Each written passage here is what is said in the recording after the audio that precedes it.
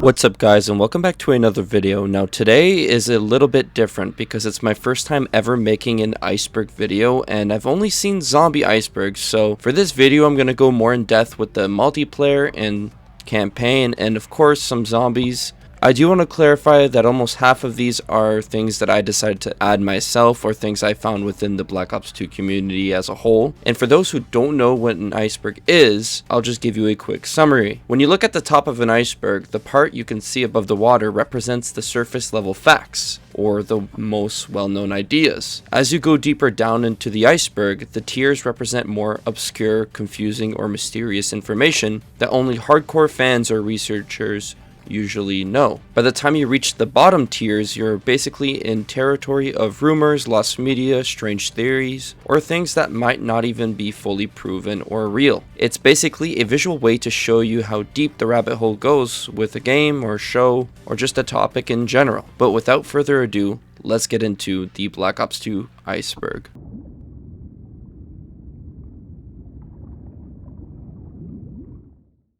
Nuketown 2025 was a pre-order bonus that came along with the game upon receiving it. Many believed that it was going to be part of the actual game, which it was, but technically it is considered a DLC, but it was still in the game and was given free over time. The Pick-10 creator class was first introduced into Black Ops 2, and from that point on, it was probably the most beloved UI creator class system that we've ever had in Call of Duty as a whole. This influenced other Call of Duty titles to follow the same UI format. Another change that we saw in Black Ops 2 was the fact that they got rid of technically kill streaks and they became score streaks. Now score streaks work the same as kill streaks, not only for the amount of kills you get, but also for the amount of points. For example, points that you get playing objectives like on domination or hardpoint will go towards your kill streaks, and also your kill streaks will help you get other streaks, meaning that if you pop a UAV, it grants you points towards your next kill streak. And this was the first time that we've ever seen this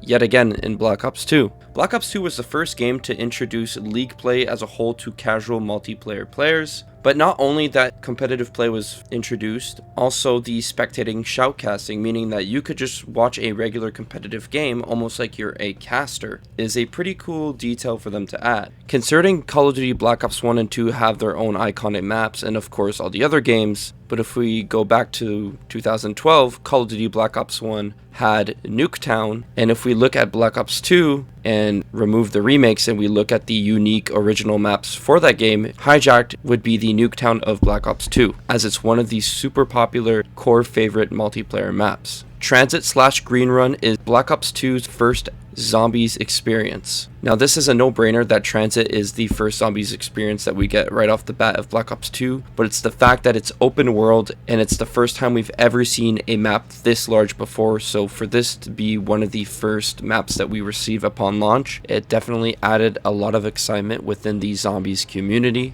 Campaign has branching choices and multiple endings. Now if you've played the Call of Duty Black Ops 2 campaign, you know that the game can end in different ways. For example, if you shoot Mason in the legs instead of the head, then he will show up 30 years later at the end of the game. If you decide to kill Menendez at the end, the war is technically not over because the White House gets overrun by the Cortes Diaz protests. But if you decide to let Menendez live, he'll come back and kill Woods, and then burning himself alive.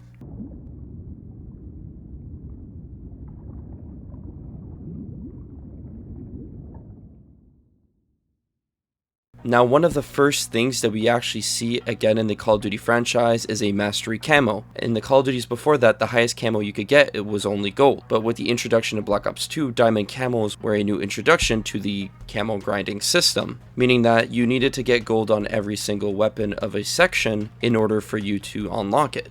Every game followed suit with a similar system. Nav cards are connected through Transit, Die Rise, and Buried, and it follows the Victus crew throughout the game, ignoring obviously Origins and Mob of the Dead. It wasn't until the release of Die Rise and later Buried that the puzzle became clear, because it was first introduced in Transit but no one knew what it was. Each new zombies map had its own hidden nav card and its own nav card reader. To give you an example of how this Easter egg or puzzle worked, the nav card from Transit that you would find could be inserted into the Die Rise nav card reader. The nav card from Die Rise could be inserted into the Buried one. And the nav card from Buried, well, that one would fit right back into Transit, a system that linked them together in ways that the zombies community have never seen before.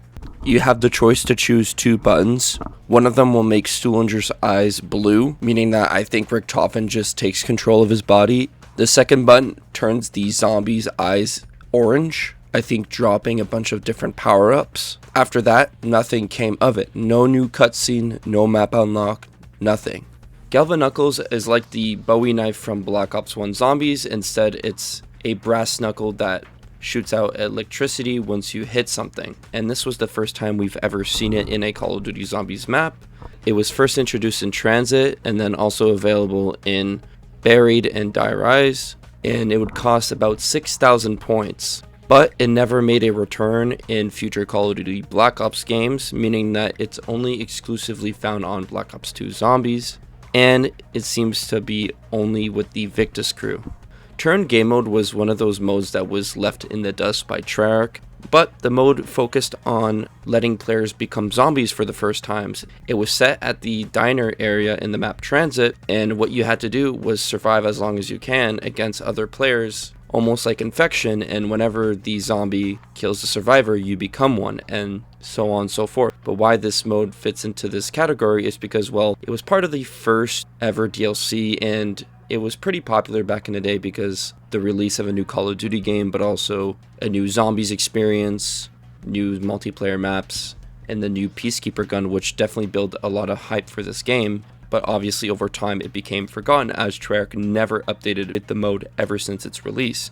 The Grief mode debuted in Black Ops 2 Zombies, and it was Treyarch's way to expand the zombies experience into a competitive mode. 8 players were split into 2 squads of 4. Both teams fought off the same waves of zombies, but with a twist. You couldn't directly kill the other team. Instead, the goal was to make them fail, and this is where we get the first introduction of a government agency involving themselves into the zombies experience, if we eliminate the map 5. One team consisted of the CIA, while the other team consisted of the CDC. We can also see this in the Nuketown Zombies, the first DLC map to come out for zombies. Now, the target finder attachment is a scope that highlights enemies with a red diamond on it, meaning that when the enemy comes into the line of sight, you're able to see them in a red diamond shape. I mean, the target finder was easy for noobs to use. People could just crouch in the back of the map with an LMG and let the diamond sort of crosshair do the work. And that's why the community dubbed it as the noob scope. I mean, I just think it looks ugly and I don't like the way it looks. I do kind of agree that it is definitely a noob scope. Michael Rooker plays Mike Harper in the Black Ops 2 campaign. It is the side character that's along with you the entire time. And a lot of people apparently didn't know this, but he appeared in Black Ops 1 as well. Not in the campaign, but he actually appears in the Black Ops 1 Zombies map called Call of the Dead. And funny enough, if you look at the intro of the map, they're all filming a movie, so every actor that plays a Call of Duty character is just playing as themselves inside of a zombies apocalypse, which is pretty cool. Now, in Nuketown Zombies, prick machines and the Pack-a-Punch machine don't start on the beginning of the map. Instead, they drop in from the sky at random times. Well, the drop isn't specifically tied to the round number, but to the number of zombie kills after every set amount. So the population counter on the Nuketown sign decreases, and once it hits the right threshold, a random perk machine or Pack-a-Punch will fall into the map. And for some reason I thought it was every 5 rounds, but I could be right or wrong, so let me know down in the comments below.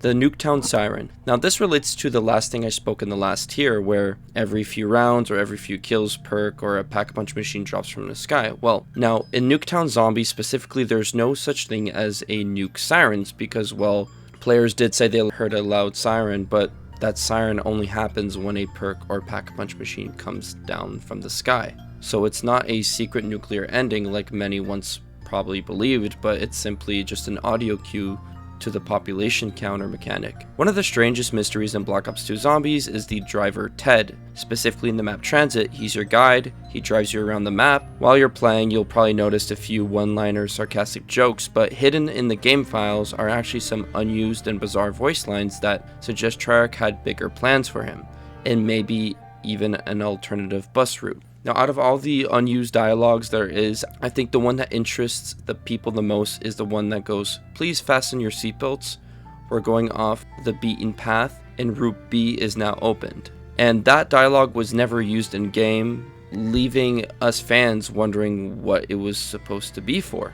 Meaning that if Ted had lines about going off route, maybe there was really a second path that Treyarch cut before release. Some players believed these lines were leftovers from an early build where transit was a bigger world, but we're going to keep that for later on in this video. Grind and also Nuketown, but specifically more on the map Grind, there's actually a green alien plushie that can be seen across the map. Now these green aliens actually have a deeper meaning to them. Now if you've ever played the Tony Hawk Pro Skater games, specifically 1 and 2, there's an achievement where you can actually collect the exact same green alien across the different maps in the game. And also considering that in the Black Ops 6 remake of Grind, they actually advertised the remaster of Pro Skater 1 and 2, which is the first map in Call of Duty Black Ops 2 franchise that actually has a crossover with another game. And I mean, this makes sense because Activision owns the Tony Hawk Pro Skater games, the Dark Ether Incursion Raul Menendez. Now this is something that I found out while making this video, and I thought it was interesting because I've never heard of it. The year is 1984 in January, and Zombies lore actually crossed over with the campaign villain Raul Menendez. According to the expanded storyline details, a dark ether breach opened up at the Menendez cartel airstrip, unleashing the undead on his men. Menendez barely escaped and ordered his cartel to shoot any zombies on sight, and even called Soviet reinforcements to contain the outbreak. It's a strange but fascinating link between the Zombies Dark Ether storyline and the Black Ops 2's main antagonist. This just shows that Treyarch sometimes likes to blend campaign and zombies universes together, which is honestly quite odd to me. Bus Route B. Ever since Black Ops 2 Zombies launched in 2012, one of the most famous myths has been the existence of a hidden bus route in transit. The rumor started because inside of the bus depot, the route sign actually showed two paths, Route A, which is the one players ride with Ted, and a mysterious Route B that never appeared in-game. Almost immediately, theories exploded across YouTube and forums, with players convinced that there was a way to unlock it, and others believed it tied into the nav cards that we previously spoke with, which required completing the Maxis and Richtofen Easter egg. And some people were just lying and said they glitched the game and swore they had footage of the bus driving into a cornfield towards a new location. At the time, it added fuel to the fire. I mean, data miners did uncover the unused Ted quote we previously said, "The Route B is now open," and the most evidence suggests that it was a scrapped feature that couldn't run properly on the Xbox 360 or PS3 hardware. I mean, we know that Treyarch cut a lot of things from the game itself, and we will see that later, but even without proof, Legend of Bus Route B became a cornerstone in the zombies culture and community. And this is an endless thing in theory that people in the zombies community still look for today and try to look into the game files.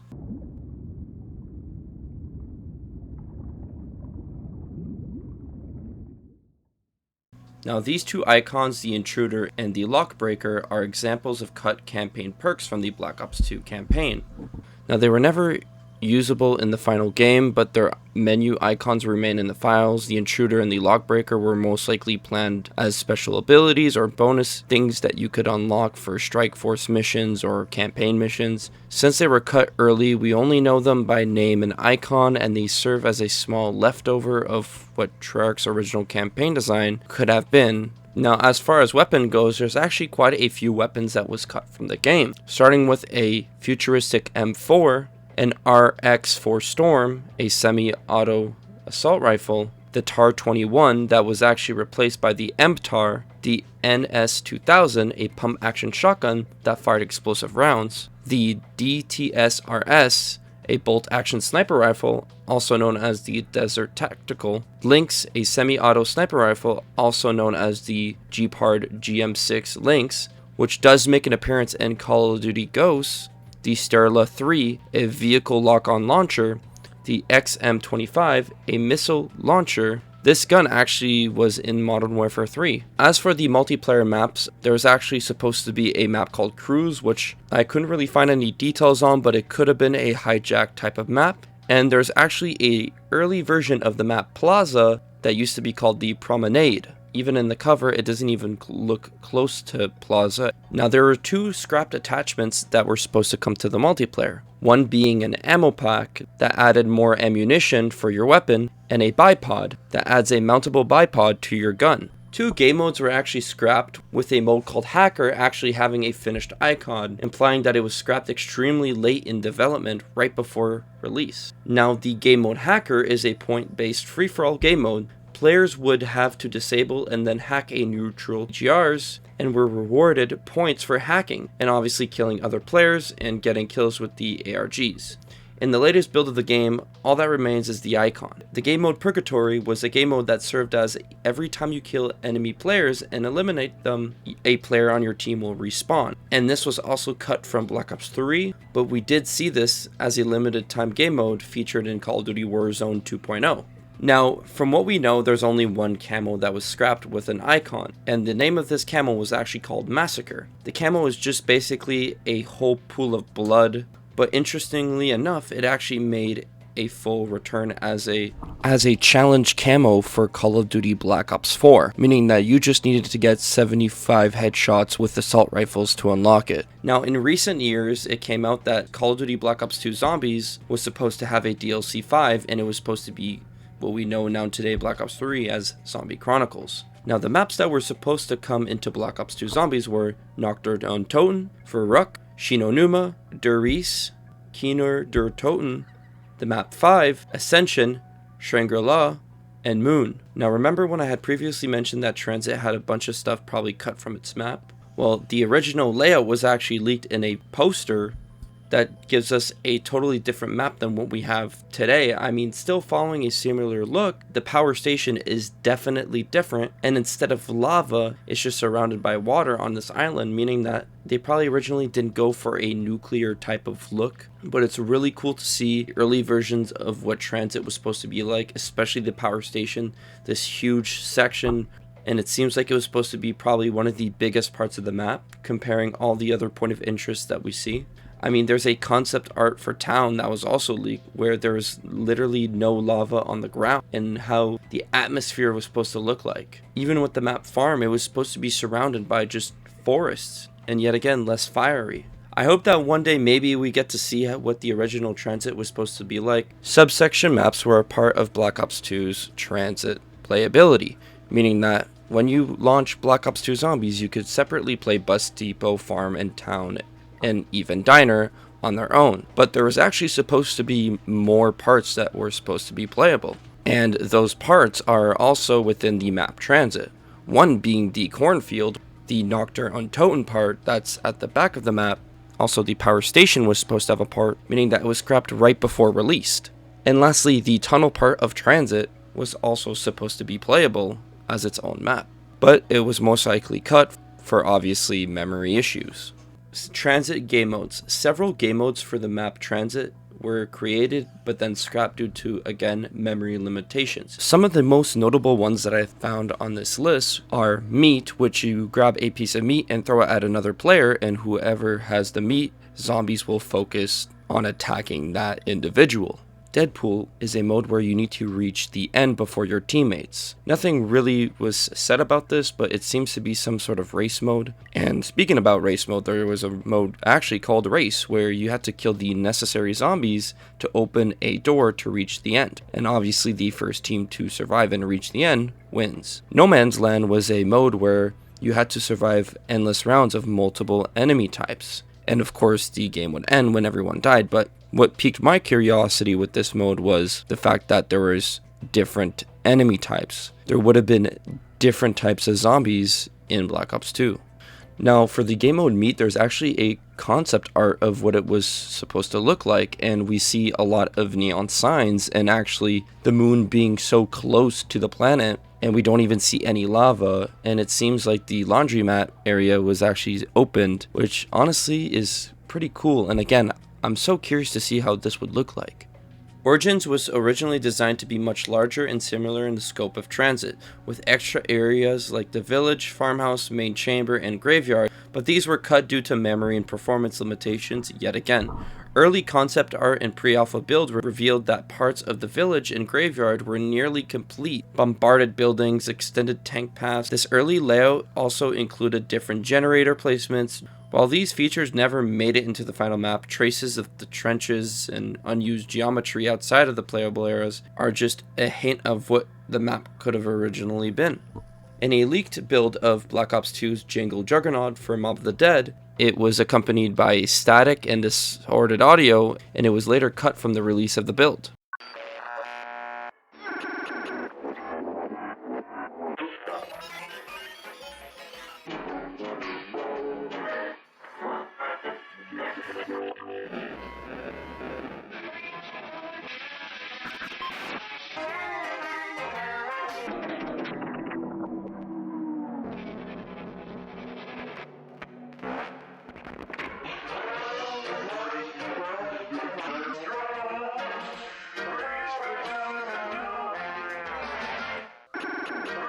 Another popular thing within the zombies community was that there was an exclusive game mode in the mode Grief that functioned similar to Meat, but instead of just Meat, it was Richtofen's head.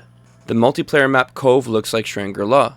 Now this one's kind of a little ridiculous. I've never really seen this one, but apparently someone made a comparison with the assets from Shangri-La and Cove, and apparently they looked the same or almost similar or based on that. I'm not too sure. I don't think so. So I think this one's kind of a little bit ridiculous, but it is interesting. War mode was a Call of Duty mode that came out in World at War, but was also reintroduced in Call of Duty World War II. Strangely enough, there was an article released in 2015 of someone interviewing David Vonderhaar. Quote, he said, "Never say never, here's a hint. We have a very like war mode that isn't exactly war that I would love to tell you about, but I can't, dragged away by PR." Meaning that Call of Duty Black Ops 2 had plans to add different game modes from previous titles, but we never got an exclusive game mode added to Black Ops 2, and we might never know what that mode was supposed to be like. There's a theory that some fans argue that Harper accidentally compromised the CIA's deep cover operation.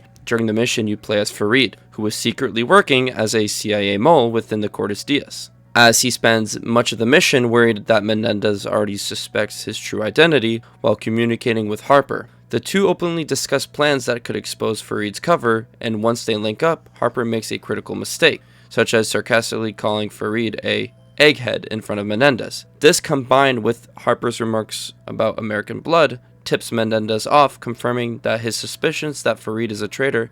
As a result, Farid's cover is effectively blown, and depending on the player's choice, he can either execute Harper or execute himself. And the theory suggests that Harper's carelessness sealed the fate of the CIA's infiltration. But again, I don't think Harper would purposely expose an operation that could compromise everyone in the party.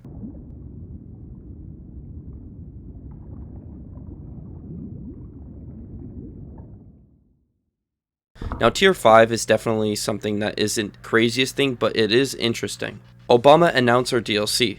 Black Ops 2 had a lot of different voice acting videos where people would troll as different voice characters from cartoons such as Cleveland Brown, Peter Griffin, Obama, Donald Trump, and so on and so forth. The list goes on.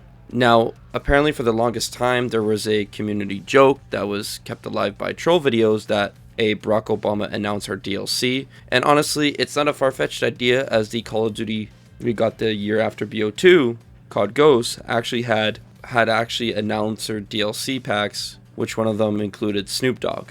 President Hoover, and if you haven't watched my Mandela video, you know that there is someone that speculated hearing "Good job, team, President Hoover will be pleased" inside of within the map raid on Search and Destroy. Now, this theory or false memory is scattered all over the place, as many people claimed it was in Battlefield 1 and in different other games, and the voice line has never been found 100%. And so if you know anything, let me know down in the comments below. One of the stranger fan theories from Black Ops 2 was the idea that Raul Menendez, the main campaign villain, was originally supposed to appear in Zombies as a boss or NPC. The theory mostly came from the way Treyarch was starting to blur the lines between campaign and Zombies, with characters and weapons and even lore crossing over in small ways. Some fans speculated that Menendez's cartel, or even Menendez himself, could have shown up in Zombies, especially after his cameo connections in the extended lore like the Dark Ether storyline. In the end, no evidence has ever been confirmed of this, and Menendez remains strictly a campaign character. Reznov makes only one appearance in Black Ops 2, which was in the mission Old Wounds. It's set in Afghanistan in 1986. This is where Mason and Woods are interrogating Kravchenko, and towards the end of the mission, you're betrayed and thrown off a truck left to die in the desert, where presumably Reznov comes and saves you. Now, a lot of speculations came out of people thinking that he was making a full return, but it was just a quick cameo since Mason never fully recovered from the brainwashing, as we saw during his interrogation with Kravchenko. Reznov's voice could be heard saying Kravchenko must die with the numbers showing up on the screen, meaning that this doesn't really have a deeper meaning to it, but rather just a nod reference to the last game.